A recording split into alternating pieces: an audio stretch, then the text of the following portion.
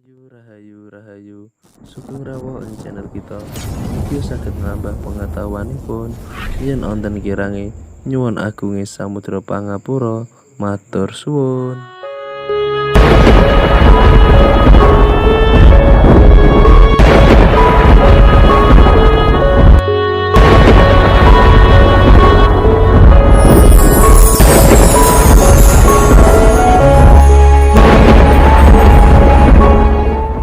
Assalamualaikum, Mbah. Waalaikumsalam. Nggih, kula asma Yoga Pramana Putra saka Desa Brumbung niku ajeng tanglet babagan bumi Teluwuk Geneng mriki. Mbah, Nek menurut jenengan kok asal muasale dhewe kok Desa Teluwuk Geneng mriki pripun, Mbah? Nek saran jenengan dhewe. asale Nggih, asal Gunung muasale. Teluwuk. Nggih. asale niku nggih ngeten.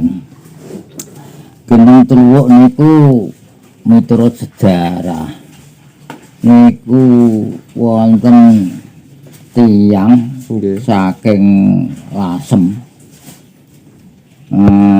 Lasem niku putranipun Bupati Lasem. Badhe mlampah-mlampah. Asmane Mbah Patra Bangsa. Asmane. Lah lajeng mlampah-mlampah niku remenane piyambake niku keliling wonten ing pelabuhan-pelabuhan. Napa kok keliling-keliling ngoten, Mbah? Medale mboten medal radiusan ing medale wonten laut. Nggih kapal ngoten, Mbah. Prau, Prau dhewe kok. atau perahu. Lah wonten ing daerah mriki niku piyambake kesanggrok karang. Karang. Nang nalika kesae niku mboten wonten napa-napa. Anu wangsule niku. Wangsule kesanggrok karang milane piyambake nyabda dusun Karang Anyar. Karang Anyar niku sebelahe Teluwuk. Nggih. Karang Anyar niku maune kok mboten wonten karang. Lah niki wonten karang berarti karang niki Karang Anyar, karang sing tekanan enggal. Piyambake duduk diem. Meper wonten mriki keranten ketelasan toya. Ketelasan toya mandhap wonten dusun mriki. Dusun mriki niku nalika suwau niku dipun neneri Mbah Siturubai Aspindahan niku wonten sawer sing asline sawer niku saking jin. Saking jin nggih. Jin niku wau ngridu dhateng Mbah Siturubai sing Siturubai niku putra angkate Mbah Patra Bangsa. Lajeng Siturubai niku estri Mbah Siturubai niku lajeng piyambake wonten duduk diem wonten dusun Teluwuk niki keranten diridu kaliyan jin niku wau neng mendho dados sawer. Sawer niku rupine ijem. Sirahe sawer niku nggih wonten sungune, wonten pokoke ageng. Mboten alit niku ageng. Beca sungun wonten niki termasuk rakyat Teluwuk sing namine Mbah Kasdi niku waune nate dibanggi. Niku lajeng dipun singkiraken mboten purun. Sawer niku dipun singkiraken mboten purun, lajeng diperangi. Nggih. Soale mengke yen ganggu anak putu. Lah lajeng diperangi piyambake niku sawer niku kawon lajeng dipindah wonten ing tebihe dusun mriki. Ngoten lah. Soale mengke ganggu soal piyambake remen duduk diem wonten mriki. Lah Mbah Patra Bangsa niku remenane ndamel prau. Jaman suwau remenane ndamel prau wonten dusun Teluwuk. Lah nalika piyambake meper mriki niku rak ngertos teng daratan, daerah mriki niku daratan dipaham saking laut niku wonten termasuk tanah geneng menane diwestani dusun geneng. Geneng Mulya. Gendeng Mulya.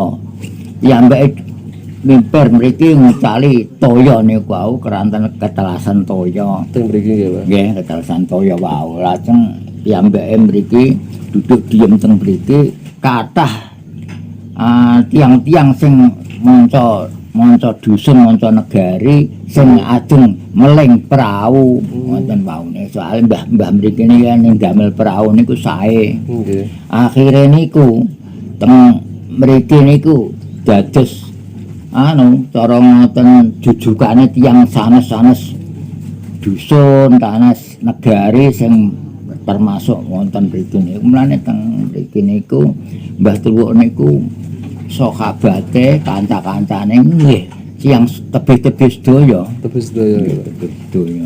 Lah lajeng Mbah mriki niku miturut nasab. Miturut nasab niku setengah Mbah Putri, Mbah Siti Rubaiah sing Mbah Patra Bangsa jelas niku saking Lasem, anak Bupati Lasem. Lah niku sing Mbah Putri kelanjutane niku Mbah Putri niku asli Sarang Rembang. Sarang Rembang. Lah lajeng dipupu kalian Mbah Patra Bangsa wonten mriki wong soal Mbah Patra Bangsa mboten gadah putra.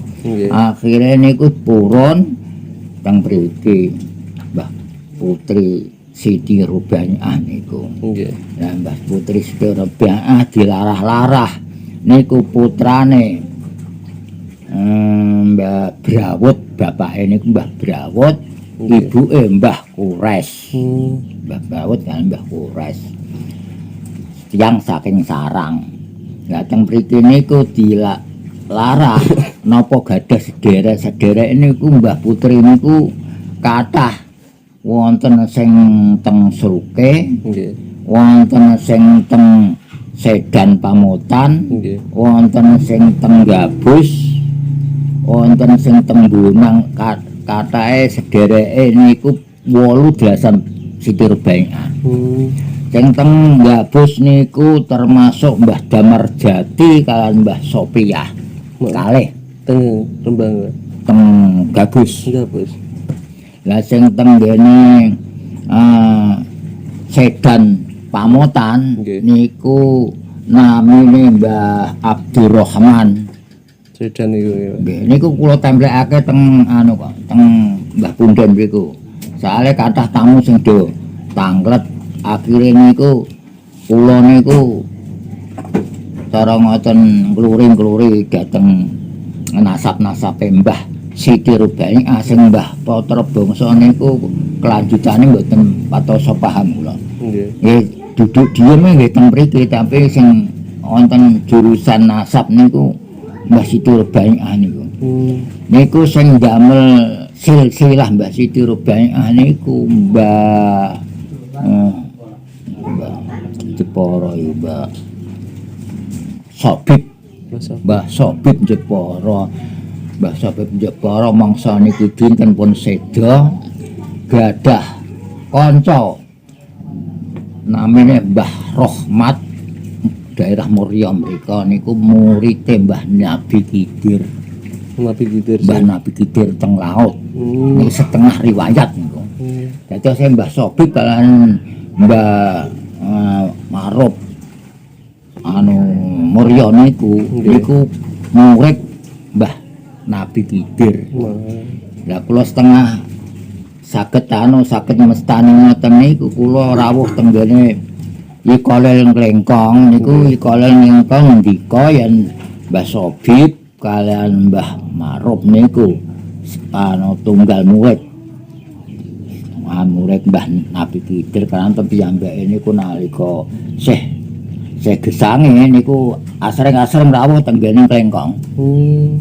Asring-asring rawuh ngene. Lah piyambake yen kedah salat niku apa salat yo lel ngoten niku gangsal jangkah niku ical piyambake. Ngilang ngoten niku. Gangsal jangkah terus ical. Cukup parake cukup peng pundi. Lah ngoten niku sekedhap badhe salat nggih mriku malih. Oh. Ngoten niku sing ngendikan Ikolil Nglengkong. Terus kula niku teng Nglengkong niku ajeng ngertos silsilahe Mbah Siturbaya kelanjutane. Kelantan niku mengsa keluarga. Keluarga nih. Bapake, mak ibuke, sedereke,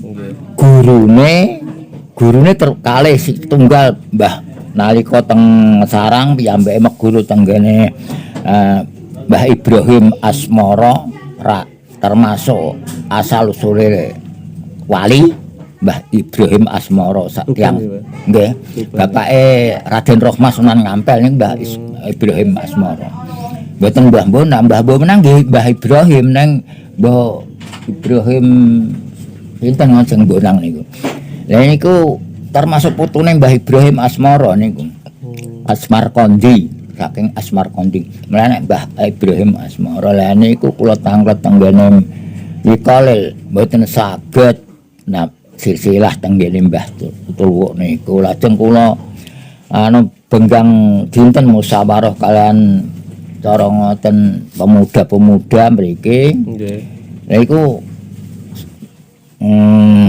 setuju tenggene Mbah Maimun Zubair sarang rawuh teng mriko Mbah Maimun Zubair nggih mboten ngertos urusan niku lah kula jokake silsilah kenggene Sobib lah niki silsilah iki sing gawe sapa niki silsilah niki sing damel ni Sobib Depara lah kula nalika rumiyin niku disanjangi setunggal saking Widuri Kajen nggih kowe mek ape lurus silsilahe Mbah Bundenem iku sak Jawa Tengah niku sing paham urusan gaib niku siji Muslim Klaten kaping kalih Mbah Lutfi Pekalongan ngantos niki dereng dilampahi lah ngantos Muslim Klaten pun sedo lah kula disanjangi Imat Fadil sepapan sing nganjangi kula mangsa niki dinten nggih pun sedo sepapan lah niku nggih ken sowan tenggene Lutfi Pekalongan niku nang akhire kanca-kanca niku kok dereng gregah dereng bertindak dereng wonten nggih dereng karanten kula kiai kalih niku Duri Kajen nggih pun sedo sing Imat Fadil niku pun sedo niku nyanjangi wis angger nggone Lutfi Pekalongan ya